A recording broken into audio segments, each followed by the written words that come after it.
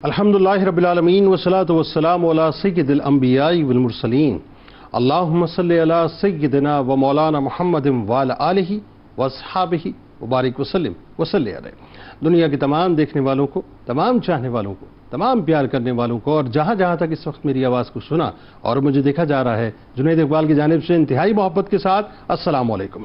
ایک بار پھر ناظرین، آپ کو پرنور صبح نور کے ساتھ میں دل کی عطا گہرائیوں سے خوش آمدید کہتا ہوں، اور آئیے بلا توقف چلیں حضرت ابو انیس محمد برکت علی علیہ رحمہ کی تعلیف اسماء النبی کریم صلی اللہ علیہ وآلہ وسلم سے رسول اللہ صلی اللہ علیہ وآلہ وسلم کا ایک اسم مبارک پڑھنے اور سننے کی سعادت حاصل کرتے ہیں۔ سیدنا الصابر صلی اللہ علیہ وآلہ وسلم، ہمارے سردار، صبر فرمانے والے، درود و سلام بھیجے اللہ آپ صلی اللہ علیہ وآلہ وسلم پر، آپ صلی اللہ علیہ وآلہ وسلم کے آل پاک پر اور صحابہ کرام رضوان اللہ تعالیٰ علیہم اجمعین پر۔ حضور نبی کریم صلی اللہ علیہ وآلہ وسلم نے فرمایا کہ مومن مرد عورت کو جان، مال اور اولاد میں مسلسل آزمایا جاتا ہے، یہاں تک کہ وہ اللہ تعالیٰ سے اس طرح ملاقات کرتا ہے کہ اس پر کوئی گناہ نہیں ہوتا۔ جناب، ہمارے ساتھ آج آپ نے ناظرین ضرور جڑے رہنا ہے، کیوں کہ آج ہم جس ہستی کی بارگاہ میں انشاءاللہ مل کر ہدیہ عقیدت پیش کریں گے وہ ہستی صابروں کے صابر ہے صاحب، یعنی حضرت ایوب علیہ السلام کا ذکر پاک ہوگا۔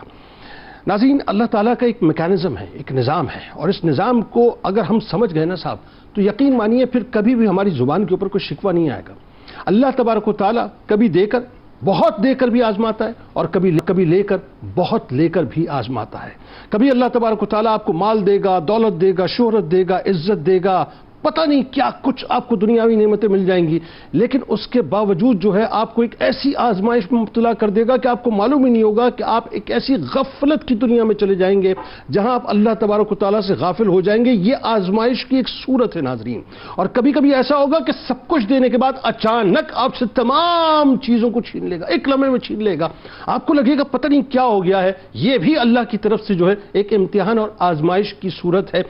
پرابلم یہ ہے کہ ہم اس بات کو سمجھ نہیں پاتے۔ کبھی کبھی صاحب ہوتا یہ ہے کہ وہ ہے نا کہ ما اصابکم من مصیبت فبما کسبت ایدیکم ویعفو عن کثیر، کہ تم پر جو پریشانیاں آئی ہیں وہ تمہارے اپنے ہاتھوں کی کمائی، اور بہت سی تو ہم نے معاف کر دی ہیں۔ تو کبھی کبھی ہماری اپنی کمائیاں، جو ہاتھوں کی کمائیاں ہوتی ہیں، اللہ تبارک و تعالیٰ ہماری پکڑ کی صورت میں ہم پر نازل کر دیا کرتا ہے۔ اور کبھی کبھی ایسا ہوتا ہے کہ اللہ تعالیٰ چاہتا ہے کہ میرا بندہ اپنی عبادات کی وجہ سے، اپنے زہد و تقوی کی وجہ سے، اپنے سجدوں کی وجہ سے اس مقام کو نہیں پا رہا ہے جس مقام کو میں چاہتا ہوں کہ اسے مل جائے، تو وہ اسے مصیبت میں مبتلا کرتا ہے، یعنی ابتلا میں مبتلا کرتا ہے۔ اور بندہ جب اس پر راضی برضا رہتا ہے اور صبر و شکر کرتا ہے، اللہ تعالیٰ اس کو وہ مقام عطا کر دیتا ہے۔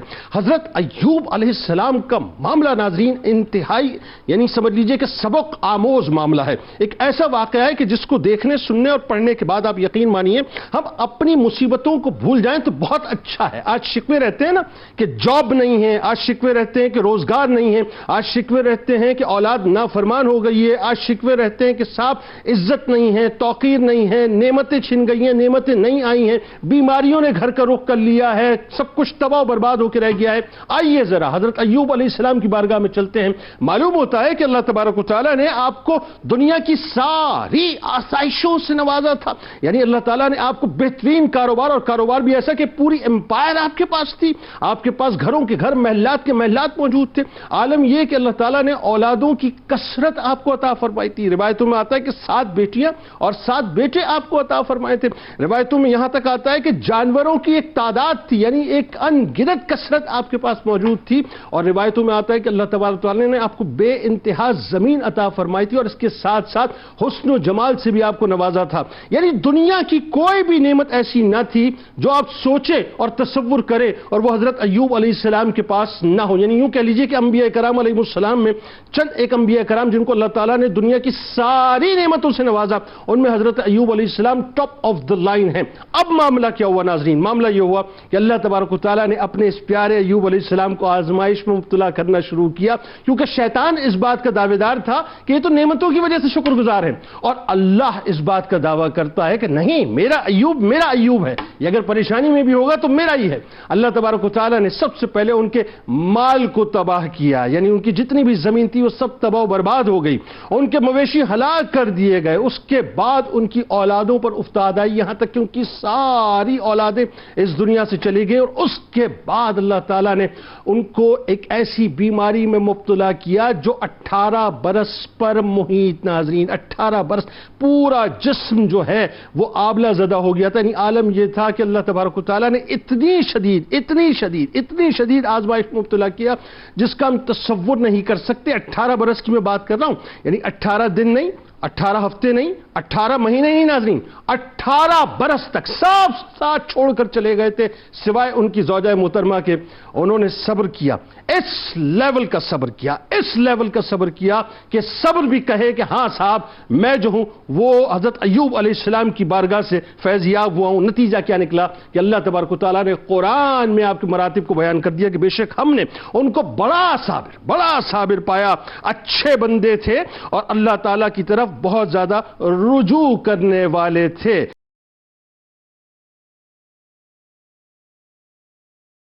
سب سے پہلے حضرت ایوب علیہ السلام، ظاہر ہے آپ کا جو حسین اور خوبصورت سا نسبی تعارف ہے اور آپ کے اجداد خاص طور پہ میں بتلائیے، اور مطلقاً جو قرآن پاک میں آپ کا ذکر پاک آتا ہے، آغاز فرمائیے۔ بسم اللہ الرحمن الرحیم۔ بہت شکریہ۔ حضرت ایوب علیہ السلام اللہ تبارک و تعالیٰ کے اولو العزم رسول ہیں، اور اللہ تبارک و تعالیٰ نے جس طرح دیگر انبیاء کرام علیہم السلام کو نبوت و رسالت سے سرفراز فرمائے، اسی طرح حضرت ایوب علیہ السلام کو بھی منصب رسالت پر فائز فرمایا۔ قرآن پاک کی 4 صورتوں میں اللہ تبارک و تعالیٰ نے آپ کا ذکر فرمایا ہے۔ میں برکت کے لیے ان صورتوں کا نام ذکر کر دیتا ہوں۔ سورۃ النساء میں ذکر آپ کا موجود ہے، سورۃ الانعام میں موجود ہے، سورۃ الانبیاء اور سورہ صاد کے اندر آپ کا ذکر موجود ہے۔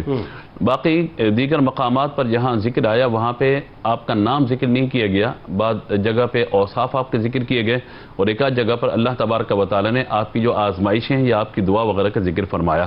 لیکن ان 4 صورتوں کے اندر اللہ تبارک و تعالیٰ نے تفصیلاً آپ کا مقام و مرتبہ اور آپ کا جو ایک خاندانی پس منظر ہے، انبیاء سے جو تعلق ہے، اس چیز کو بیان فرمایا۔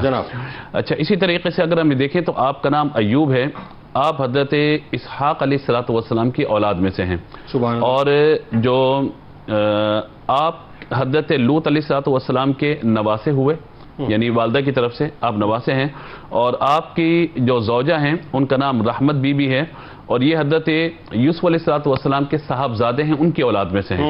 تو یوں اس اعتبار سے خاندانی تعلق اور پس منظر کے اعتبار سے یعنی انبیاء کرام علیہم السلام کے خاندان سے ہی آپ کا ایک تعلق ہے۔ اللہ تبارک و تعالیٰ نے آپ کو یہ آپ کی زوجہ دونوں کا، جی آپ کی زوجہ کا، اور ظاہر ہے کہ آپ کے والد محترم بھی اور آپ کی والدہ بھی، حضرت ابراہیم علیہ السلام سے چونکہ نسب چلتا ہوا آ رہا ہے اور یہ آگے چلا، یعقوب علیہ السلام کی اولاد عیس سے میرا خیال ہے آپ کو تعلق، جی وہ سلسلہ چلتا ہوا آ رہا ہے آگے نا۔ تو یہ بھی میں آپ کی توجہ کے لیے اور آپ کی دلچسپی کے لیے اور ناظرین کی دلچسپی کے لیے میں عرض کروں کہ اللہ تبارک و تعالیٰ نے جب آپ کو یہ مقام و مرتبہ اور سعادت عطا فرمائی نا، تو آپ یہ دیکھیے کہ حضرت نوح علیہ السلام کی اولاد میں حضرت ابراہیم علیہ السلام ہیں، اور پھر حضرت ابراہیم علیہ السلام کی اولاد سے پھر یہ سارا سلسلہ آگے حضرت اسحاق علیہ السلام، حضرت اسماعیل علیہ السلام، ان کے ذریعے سے سلسلہ پھر آگے منتقل ہوتا ہوا چلا جاتا ہے۔ اور اس لیے حضرت ابراہیم علیہ السلام کا ایک لقب جو ہے وہ انبیاء کرام علیہم السلام کا والد ابو الانبیاء، حضرت ابراہیم علیہ السلام کا لقب یہ بھی بیان فرمایا گیا ہے۔ اچھا، ہم یہ بات عرض کریں کہ آپ کو کہ جب یہ انبیاء کرام علیہم السلام کی بات کی جاتی ہے تو شجرہ نسب کا ذکر کیا جاتا ہے جناب۔ تو شجرہ نسب کا ذکر کیوں کیا جاتا ہے؟ تاکہ اندازہ ہو جائے کہ ان کے والد کون ہیں، ان کے والد کون ہیں، یعنی دادا کون ہے، پردادا کون ہے۔ یوں سلسلہ چلتے چلتا ایک اس نسب تک پہنچتا ہے کہ جس میں باپ کا نام بھی معلوم ہوتا ہے، دادا کا نام بھی معلوم ہوتا ہے، پردادا کا نام بھی معلوم ہوتا ہے، اور یہ بھی علم میں آ جاتا ہے کہ یہ اچانک سے کوئی نبی بن کر آیا ہے خود ساختہ، یا واقعی انبیاء کرام علیہ السلام کی اولاد سے ان کا کوئی تعلق ہے۔ ٹھیک ہے، اگر میں بات اپنی پہنچا پاؤں آپ تک تو اس جملے پہ توجہ چاہتے ہوئے کہ نسب کیوں بیان کیا جاتا ہے؟ تاکہ خاندانی عظمت اور نسبی شرافت کو بیان کیا جائے، نہ یہ کہ اچانک سے کوئی دعویٰ کر دے میں نبی بن گیا جبکہ اس کا کوئی خاندان نسب ہی نہ ہو۔ ہاں صحیح خاندانی کوئی نسب ہی نہ ہو اس کا، اور وہ جو ہے وہ بالکل صحیح، اور اپنا نبی وہ ہونے کا اعلان کر دے، ایک کچہری کا منشی بھی ہو، بات یہ اور میرے پیارے آقا علیہ اور جائے تو غلاظت کے اندر جائے، میرے آقا علیہ الصلوۃ والسلام کی ختم نبوت کے بعد وہ نبی ہونے کا اعلان کر دے، جبکہ اس کا نسب کا بھی کس کو پتہ نہ ہو اور آگے اس کے دعووں کا بھی کس کو پتہ نہ ہو۔ تو یہ شجر نسب اس لیے بیان کیا جاتا ہے، لوگ کہتے ہیں شجر نسب کا کیا فائدہ ہوتا ہے؟ نسب کا فائدہ ہوتا ہے ہمیں معلوم بن جاتا ہے کہ بھئی اس کا تعلق کس خاندان سے، کس قبیلے سے اور کہاں سے ہے، تو نسب اس لیے بیان کیا جاتا ہے۔ آج بھی اگر آپ یہ دیکھیے تو بعض سادات کرام اپنا شجر نسب اٹھا کے گھومتے اپنے ساتھ کہ ہمارا شجر نسب یہ ہے بھائی، جو خود ساختہ سید بن گیا اس کا معاملہ شجر نسب بتا ہے وہ اپنا، کل تک کچھ تھا کچھ ہو گیا۔ تو شجر نسب کی اہمیت اس اعتبار سے جو والد کا ذکر کیا جاتا ہے، دادا کا ذکر کیا جاتا ہے، نانا کا ذکر کیا جاتا ہے، تعلقات کو جوڑا جاتا ہے اور بیان کیا جاتا ہے، تو یہ ہمیں اندازہ ہوتا ہے کہ حضرت ایوب علیہ الصلوۃ والسلام کا جو تعلق حضرت ابراہیم علیہ الصلوۃ والسلام سے، تو چھٹی پشت میں جا کر آپ کا نسب مبارک حضرت ابراہیم علیہ الصلوۃ والسلام سے جا کے مل جاتا ہے۔ اب قرآن پاک میں جو اللہ تبارک و تعالی نے آپ کا ذکر خیر فرمایا، میں اس کو یہاں پہ بیان کر دیتا ہوں۔ اللہ تبارک و تعالی نے ارشاد فرمایا سورۃ النساء کی آیت نمبر 163 ہے، انا اوحینا الیک کما اوحینا الی نوح والنبیین من بعدی، پوری آیت مبارکہ، واوحینا الی ابراہیم واسماعیل واسحاق ویعقوب والاسباط وعیسیٰ وایوب ویونس وہارون وسلیمان وآتینا داؤد زبورا۔ فرمایا کہ بے شک اے حبیب ہم نے آپ کی طرف وحی بھیجی جیسے ہم نے نوح اس کے بعد پیغمبروں کی طرف اس وحی کو بھیجا، اور ہم نے حضرت ابراہیم، اسماعیل، اسحاق، یعقوب اور ان کے بیٹوں عیسیٰ، ایوب اور یونس اور ہارون اور سلیمان پہ وحی فرمائی، اور ہم نے داؤد علیہ الصلوۃ والسلام کو زبور عطا فرمائی ہے۔ حضرت ایوب علیہ الصلوۃ والسلام کا ذکر انبیاء اکرام علیہ الصلوۃ والسلام کے اسماء گرامی کے ساتھ یہاں پہ بیان فرمایا گیا، اور اسی طریقے سے سورۃ الانعام کی آیت نمبر 84 اور 85، 84 85 میں بیان فرمایا گیا، وَوَهَبْنَا لَهُ إِسْحَاقَ وَيَعْقُوبَ كُلًّا هَدَيْنَا وَنُوحًا هَدَيْنَا مِن قَبْلُ وَمِن ذُرِّيَّتِهِ داوود وسليمان وأيوب ويوسف وموسى وهارون وكذلك نجزي المحسنين وزكريا ويحيى وعيسى وإلياس كل من الصالحين۔ ہم نے انہیں اسحاق اور یعقوب عطا کیے اور ان سب کو ہم نے ہدایت عطا فرمائی، ان سے پہلے نوح کو ہدایت دی، اور ان کی اولاد میں اب دیکھیے نسب کے اعتبار سے بیان فرمایا جا رہا ہے کہ ان کی اولاد میں داؤد ہیں، سلیمان ہیں، ایوب ہیں، یوسف، موسیٰ، ہارون کو ہدایت عطا فرمائی، اور ہم ایسے ہی نیک بندوں کو بدلہ عطا فرماتے ہیں، اور زکریا اور یحییٰ اور عیسیٰ اور الیاس کو ہم نے ہدایت یافتہ بنایا۔ یہ سب ہمارے ان خاص بندوں میں ہیں جنہیں نبوت ہم نے عطا فرمائی ہے۔ تو یوں اسی اعتبار سے حضرت ایوب علیہ الصلوۃ والسلام کا ذکر خیر قرآن پاک کی صورتوں کے اندر اور شجر نسب بھی بیان ہوا، اور قرآن پاک کی آیات سے ہم نے برکت بھی حاصل کی۔ سبحان اللہ۔ آئیے اب بات کرتے ہیں حضرت ایوب علیہ السلام پر اللہ تبارک و تعالیٰ نے بے شمار نعمتوں کا نزول کیا۔ ایک تو ذرا اس پہ بات کیجئے۔ اچھا ایک بات ہے کہ ایک تو ظاہر ہے نعمتوں کا نزول ہوا، لیکن اس کے بعد پھر آزمائش میں مبتلا کیے گئے، تو کیوں کیے گئے ذرا اس پہ بھی ذرا گفتگو کیجئے گا۔ اور ایک مکالمہ ہمیں ملتا ہے، ظاہر روایات میں ملتا ہے کہ شیطان نے ایک چیلنج کیا تھا اللہ تبارک و تعالیٰ کو، اللہ تعالیٰ نے جو ہے وہ ایک دعویٰ کیا تھا حضرت ایوب علیہ السلام کے بارے میں، بتائیے۔ بسم اللہ الرحمن الرحیم۔ یقیناً سیدنا ایوب علیہ السلام کی جو سیرت ہے وہ ہمارے لیے ایک بہترین رول ماڈل اس اعتبار سے ہے کہ ہم اگر اپنے اطراف میں دیکھتے نا تو بہت سارے ایسے لوگ ہوتے ہیں کہ جو کثیر مال و متاع ان کے پاس موجود ہوتا ہے، اور پھر اچانک ان کے اوپر کوئی آزمائش آتی ہے اور وہ اس مال و متاع سے محروم ہو جاتے ہیں۔ بالکل ٹھیک ہے۔ اور اسی طرح روزمرہ کے معاملات کے اندر اگر ہم اپنی زندگی کو بھی دیکھتے ہیں تو کچھ نہ کچھ آزمائشیں ہمارے ساتھ لگی رہتی ہیں۔ تو قرآن سے تعلق جوڑنے کا ایک سب سے بڑا فائدہ یہ ہوتا ہے کہ اللہ تبارک و تعالیٰ نے وہاں پر اپنے نبیوں کا تذکرہ فرمایا، اور وہاں ہمیں ایسی چیزیں عطا فرما دیں کہ جس سے ہم نصیحت حاصل کر کے اپنے آپ کو موٹیویٹ کر سکتے ہیں۔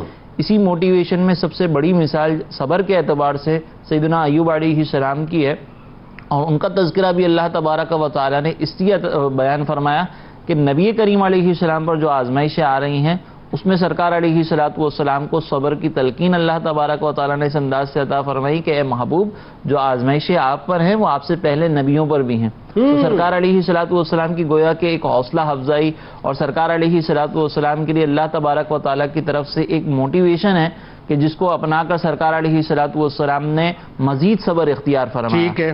تو یہاں پر اگر ہم دیکھیں کہ سیدنا ایوب علیہ السلام کو اللہ تعالیٰ نے نعمتیں کیا عطا فرمائیں، تو جو ایک آئیڈیل زندگی ہم چاہتے ہیں نا، اللہ تبارک و تعالیٰ نے وہ آئیڈیل زندگی سیدنا ایوب علیہ السلام کو عطا فرمائی تھی۔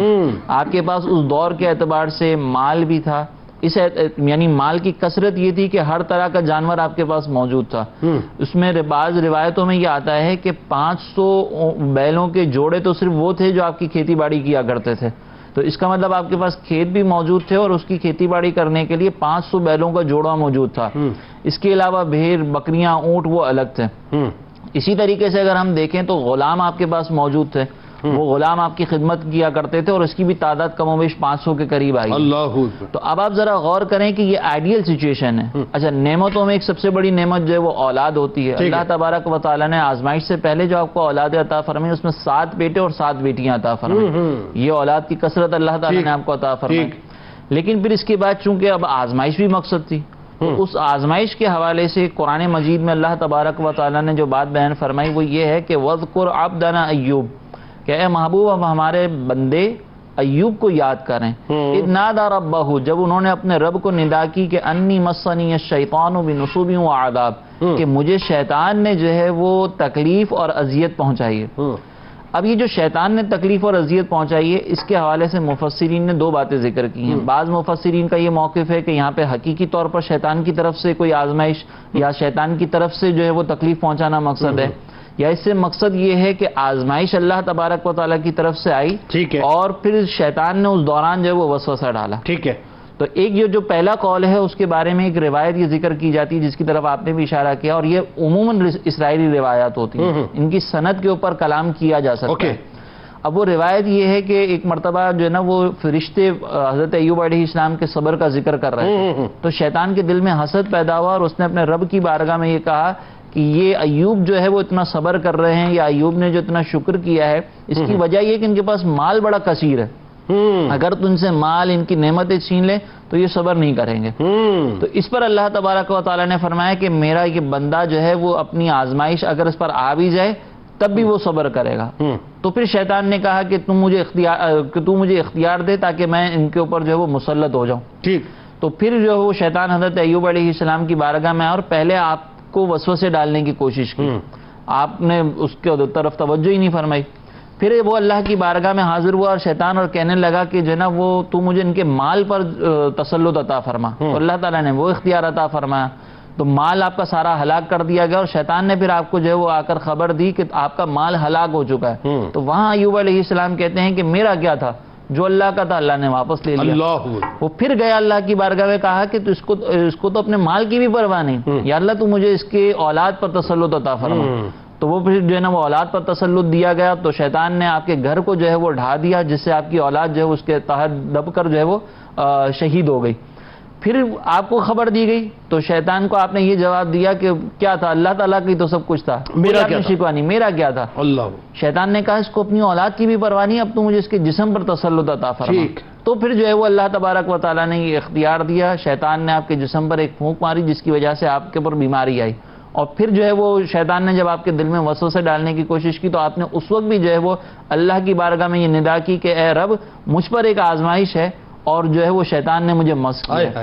تو بعض لوگوں نے یہ روایت بیان کی، لیکن بعض محققین جو مفسرین ہیں انہوں نے کہا کہ اس سے مراد یہ ہے کہ شیطان نے آپ کے دل میں وسوسے ڈالنے کی کوشش کی تھی، تسلط نہیں ملا تھا. بالکل. تو یہ 2 موقف ضرور ہیں اس میں. بالکل ٹھیک ہے. اب یہاں پر آپ ذرا غور مطلب اس کی اسٹریٹ ابھی یہ کہ شیطان نے ایک چیلنج کیا تھا رحمان کی بارگاہ میں نا بنیادی طور پر کہ میں جو ہوں مطلب یہ ثابت کروں گا کہ یہ نعمتوں کی وجہ سے تیرا شاکر ہے. اللہ نے فرمایا نہیں، یہ میرا ہے، یہ میری وجہ سے میرا شاکر ہے. اور اب اس کے اوپر ایک حدیث مبارکہ ہے کہ نبی کریم علیہ الصلوۃ والسلام کی بارگاہ میں عرض کی گئی کہ یا رسول اللہ سب سے زیادہ کس کو آزمایا جاتا ہے؟ تو سرکار مدینہ صلی اللہ علیہ وسلم نے فرمایا کہ سب سے سخت آزمائش جو وہ انبیاء علیہم السلام کی ہوتی ہے. اس کے بعد جو اس کے بعد جن کا درجہ ہوتا ہے، جو ان سے قریب تر ہوتے ہیں، ان کو درجہ بدرجہ آزمایا جاتا ہے. اور سرکار علیہ السلام نے یہاں پہ یہ فرمایا کہ جو اپنے دین میں جتنا سخت ہوگا اس پر آزمائش بھی اتنی سخت ہوگی. یہاں پہ ایک جملہ میں ضرور کہوں گا کہ ہمارے پاس بعض اوقات یہ جملہ ہمیں یاد رکھنا چاہیے کہ جو دین میں جتنا سخت ہوگا اس کی آزمائش اتنی سخت ہوگی. اس کا مطلب یہ ہے کہ اگر ہم پر آزمائش آ رہی ہے تو اپنی توجہ نظر بد، جادو ٹونے کی طرف لے جانے کے بجائے اس طرف لے کر جانی چاہیے کہ اللہ تبارک و تعالیٰ کی طرف سے اگر ایک آزمائش ہے تو ہمیں اس پر صبر کرنا ہے. نظر بد کا انکار نہیں ہے، لیکن مجھے نظر لگ گئی ہے کہ یہ 100% اس بات کی شیورٹی ہے، اس بات کی شیورٹی 100% نہیں ہو سکتی، اس پر ہمیں توجہ کرنا. اور یہ اتنی امپورٹنٹ بات ہے کہ اس کو بڑا سائیکولوجیکلی بھی ڈیل کرنے کی ضرورت ہوتی ہے، کیونکہ عموماً ہوتا یہ ہے کہ جو قریب کے لوگ ہوتے ہیں نا وہ زیادہ مطلب آپ کو ڈسٹریکٹ کر رہے ہوتے ہیں کہ کس دنیا میں پڑے ہوئے ہیں، ناکامی کو تسلیم کر لیجئے، یہ ناکامی ہے آپ کی، باقی لوگ کامیاب ہو گئے. یعنی آپ کے زود و تقوی کو اٹھا کے تو وہ رکھتے ہیں ریپ کر کے ایک طرف، تو آ جاتے ہیں دوسری بات کی طرف. یہ آپ کی ناکامیوں پہ آپ دلیلیں ساری دے رہے ہیں کہ آپ زندگی میں کچھ نہیں کر پائے.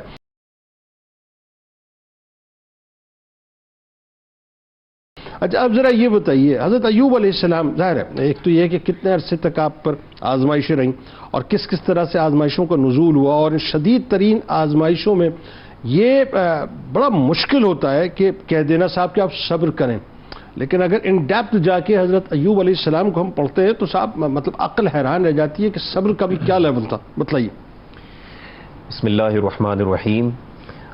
جنید بھائی، اللہ رب العزت نے انبیاء کرام کو مبعوث فرمایا تو انسانوں کی ہدایت کے لیے، اور انسانی زندگی پر اگر غور کیا جائے تو ایک کمپلیکس فینومینا ہے، اور کمپلیکس ریالٹیز کے اوپر زندگی تعبیر ہوتی ہے. یعنی یوں کہہ لیجئے کہ انسانی زندگی آسانیوں اور پریشانیوں سے تعبیر ہے، آسانیوں اور پریشانیوں کا مجموعہ ہے، اور کبھی بھی ایک کنڈیشن کے اندر انسان کی زندگی چلتی نہیں ہے.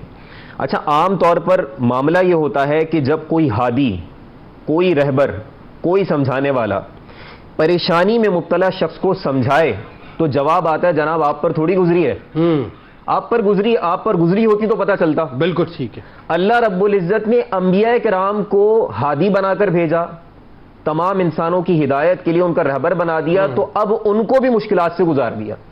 اب اگلا جو سامنے بندہ ہے جس کی ہدایت کے لیے بھیجے گئے، وہ یہ نہیں کہہ سکتا جناب آپ پر یہ مشکل نہیں گزری ہے، بالکل آپ کو اس کی ریئلائزیشن ہی نہیں ہے، اور یہی عام طور پہ جواب دیا جاتا ہے جناب آپ کو کیا پتا، آپ پر گزرے گی تو آپ کو پتہ چلے گا. تو اللہ رب العزت سے ابھی اپنے حدیث سنی، آپ کی اولاد جائے گی تو آپ کو پتہ چلے گا، مال جائے گا تو آپ کو پتہ چلے گا. تو اس لیے آپ دیکھیں سیدنا سعد رضی اللہ تعالیٰ عنہ کے حوالے سے جو حدیث مبارکہ بیان کی گئی روایت میں، تو اس میں یہی ذکر ہے کہ انبیاء کرام پر سب سے زیادہ آزمائش ہے، ان کا مقام اور مرتبہ بڑا ہے تو آزمائشیں بھی بڑی ہیں. تو ان کو اس پورے پروسیس سے گزار دیا کہ انسانی زندگی کی کمپلیکسٹیز اور ریالٹیز کا کوئی رد نہ کر سکے. بالکل ٹھیک. تو سیدنا ایوب علیہ السلام کا بھی معاملہ یہ ہے. قرآن کریم میں اللہ رب العزت نے ارشاد فرمایا وَأَيُّوبَ إِذْ نَادَى رَبَّهُ أَنِّي مَسَّنِيَ الضُّرُّ وَأَنْتَ أَرْحَمُ الرَّاحِمِينَ. اور یاد کیجئے ایوب علی نبینا علیہ الصلوۃ والسلام، ان کو یاد کیجئے کہ جب انہوں نے رب کو پکارا کہ اے میرے رب مجھ پر تکلیف گزری ہے یا مجھے تکلیف نے گھیر لیا ہے، اور تو سب رحم کرنے والوں میں سب سے زیادہ رحم کرنے والا تو ہے، تو ارحم الراحمین ہے. اب یہ مشکل آئی ہے، اس مشکل پریشانی کا ذکر قرآن کریم میں کمال یہ ہے کہ ایک لفظ یہ بھی استعمال ہوا جو علماء تفاسیر نے مطلب کہ چھو لیا ہے مجھے. جی مس کا مطلب چھو لینا ہے نا، چھو لیا ہے مجھے، گھیر لینا. آپ یہ دیکھیں کس لیول، اتنی بڑی تکلیف اور کس لیول پہ جا کے اللہ کی بارگاہ میں عرض کر رہے ہیں. جی بالکل. تو اب یہ دیکھیں کہ ایوب علیہ السلام کی جو زندگی ہے وہ آگے بننے جا رہی ہے، صبر کا استعارہ، ایک میٹافر بننے جا رہی ہے. تو قرآن کریم میں ذکر ہو گیا کہ ان کے پاس یہ مشکل آئی ہے، پریشانی آئی، پریشانی نے گھیر لیا ان کو، ابتلا اور آزمائش میں ڈال دیے گئے. اب سب سے پہلی بات یہ کہ ڈیوریشن کا اگر ذکر کیا جائے تو اس میں مختلف روایات ہمارے سامنے آتی ہیں. ایک تو یہ ہے کہ سیدنا انس رضی اللہ تعالیٰ عنہ کے حوالے سے دو باتیں آتی ہیں. ایک روایت یہ ہے کہ 13 سال پر محیط عرصہ ہے، ایک یہ کہ 18 سال پر، اور سیدہ قتادہ رضی اللہ تعالیٰ عنہ کی روایت میں آتا ہے کہ 7 سال اس طرح گزرے ہیں اس ایک آزمائش، یعنی خاص طور پہ بیماری کا اگر ذکر کیا. اور پھر ترتیب جس طرح ہم نے ابھی بات کی کہ دیکھیں جتنے بھی اسباب جو انسان کی زندگی کو آسان کر دیتے ہیں وہ تمام ایک ایک کر کے رخصت ہوئے ہیں آپ کی زندگی. اللہ سب سے پہلے تو مال و اسباب کا ذکر کیا جائے تو وہ رخصت ہو گئے. مال و اسباب کی بھی آپ یہ دیکھیں کہ 1000 ہاں اونٹ ہیں، 1000 ہاں بکریاں ہیں، کھیت ہیں، باغات ہیں، سب کے سب ختم ہو گئے. بالکل. اولاد کی کثرت تھی، اولاد انتقال کر گئی. پھر ساتھ میں اگلی جو بات آتی ہے کہ اب اللہ رب العزت نے آپ کو بہترین اچھی صحت سے نوازا، عطا فرمائی، اور پھر وہ صحت بھی رخصت ہوئی بیماری کی صورت میں. یہاں پر ایک چیز ہم واضح کر دیتے ہیں کہ قرآن و سنت کے اندر ذکر آتا ہے آزمائش کا ایوب علیہ السلام کی، کہ آپ کو اب بیمار آپ ہو گئے ہیں، لیکن اب اس کی جو نوعیت ہے اس کی تفصیل نہیں. اس میں جو روایات آتی ہیں تو اس کے اندر ایک بات ہمیں واضح ہونی چاہیے. علماء کرام نے، محققین نے اس بات کو لکھا ہے کہ اللہ رب العزت نے ایسی چیز سے انبیاء کو دور رکھا کہ جس سے لوگ کراہت کر کھاتے ہیں. تو اب وہ جو نوعیت ہے اس کی ایکسپلینیشن اس طرح نہیں آتی. تو ہم اس طرح کی روایات کو پھر نہیں آتے جس کے اندر شان نبوت ہے اس کے اوپر کوئی بات ہو. تو اللہ رب العزت نے بیان فرما دیا کہ مشکل آئی ہے، پریشانی آئی ہے، بیماری آئی ہے، اور اب اس بیماری کے دور ہونے سے پہلے کا جتنا وقت ہے وہ اصل میسج ہے سیدنا ایوب علیہ السلام کی زندگی میں. یہاں پر ایک اور قرآن کریم کی آیت سے ہمیں بات سمجھ میں آتی ہے کہ انسان کی فطرت بیان کی قرآن نے. فَأَمَّا الْإِنسَانُ إِذَا مَا ابْتَلَاهُ رَبُّهُ فَأَكْرَمَهُ وَنَعَمَهُ فَيَقُولُ رَبِّي أَكْرَمَنِ. اس کے بعد اگلا ذکر آیا کہ پہلی بات تو یہ کہ جب انسان کے اوپر کوئی کرم نوازی ہوتی ہے اللہ کی طرف سے تو وہ شکر ادا کرتے ہیں, بائی نیچر ہے. لیکن اگر مشکل آئے تو پھر کہتا ہے رب نے مجھے رسوا کر دیا. تو اللہ رب العزت نے سیدنا ایوب علیہ السلام کی زندگی میں بات کو واضح کر دیا کہ وہ بندہ ہے کہ مشکل اور پریشانی آئی ہے تو کہہ دیا کہ میرا کیا تھا, اللہ رب العزت نے عطا کیا ہے, وہ حقدار ہے دینے کا بھی لینے کا بھی. اسی کا حق ہے وہ دے دے اور اسی کا حق ہے وہ واپس لے لے. تو یہاں پر یہ بات واضح ہو جانی چاہیے کہ انسان جس بھی کنڈیشن کے اندر ہوگا وہ کسی نہ کسی نعمت کے ساتھ ہوتا ہے تو ہر حال میں شکر لازم ہے. تو ایوب علیہ السلام کی زندگی میں دونوں باتیں سامنے آ گئیں کہ جب وہ مقام اور مرتبہ ہے کہ کرم نوازیاں اللہ رب العزت کی طرف سے تو شکر ادا کر دیا آپ نے, اور جب وہ تمام چیزیں ایک ایک کر کے رخصت ہو رہی ہیں تو رخصت ہونے کے بعد صبر کا نہ صرف یہ کہ صبر کیا بلکہ صبر کا استعارہ بن گیا. بہت شکریہ آپ تینوں. اب آپ کا تشریف لائے. میں ایک گزارش ناظرین آپ سے کرنا چاہوں گا. میرے ذہن میں اس وقت ان کی بات سے ایک بات آئی اور یہ بات میں تمام دیکھنے والوں سے میں گزارش کروں گا کہ اس حدیث پاک کو, اس دعا کو جو ہے وہ یاد کر لیجئے. نبی کریم صلی اللہ علیہ وآلہ وسلم کے فرمان کا مفہوم ہے کہ جب کوئی مصیبت زدہ شخص کو تم دیکھو نا تو اس دعا کو پڑھ لیا کرو, تم پر وہ مصیبت نہیں ہے. دعا کیا ہے جی؟ الحمدللہ الذی عافانی مما ابتلاک بہ وفضلنی علی کثیر ممن خلق تفضیلا. یعنی آپ ذہن میں رکھیے کسی بیمار کو, پریشان حال کو دیکھیں, اس دعا کو آپ پڑھ لیا کریں. ایک بات اور ذہن میں رکھیں, ہمارے یہاں نارملی ہوتا کیا ہے, جب کوئی مر جاتا ہے تو ہم کہتے ہیں انا للہ و انا الیہ راجعون. ایسا ہی ہوتا ہے نا. کوئی بھی مصیبت آپ پر آ جائے نا, کوئی بھی مصیبت, گاڑی ٹھک جائے, کوئی مالی نقصان ہو جائے, کوئی بیماری آ جائے, انا للہ و انا الیہ راجعون جو ہے وہ زبان پر رکھیں. پھر دیکھیے صاحب اللہ تعالیٰ کی آپ کیسی رحمتوں کے حالے کے اندر رہتے ہیں. کتاب الشفا حصول رزق میں آسانی کا عمل 41 دن تک روزانہ نماز تہجد کے بعد 3 مرتبہ سورۃ الجمعہ کی تلاوت کا معمول بنا لینے سے حصول رزق کے حوالے سے تمام پریشانیاں جو ہے ختم ہو جاتی ہیں انشاءاللہ, اور حلال رزق کا حصول ہو جاتا ہے. حضرت علی کرم اللہ وجہ الکریم کا قول مبارک ہے کہ جو شخص آزمائش اور مصیبتوں پر صبر کرتا ہے تو وہ کامیابیوں سے ہمکنار ہوتا ہے, اور جو جلد بازی کرتا ہے وہ ضرور ٹھوکر کھاتا ہے.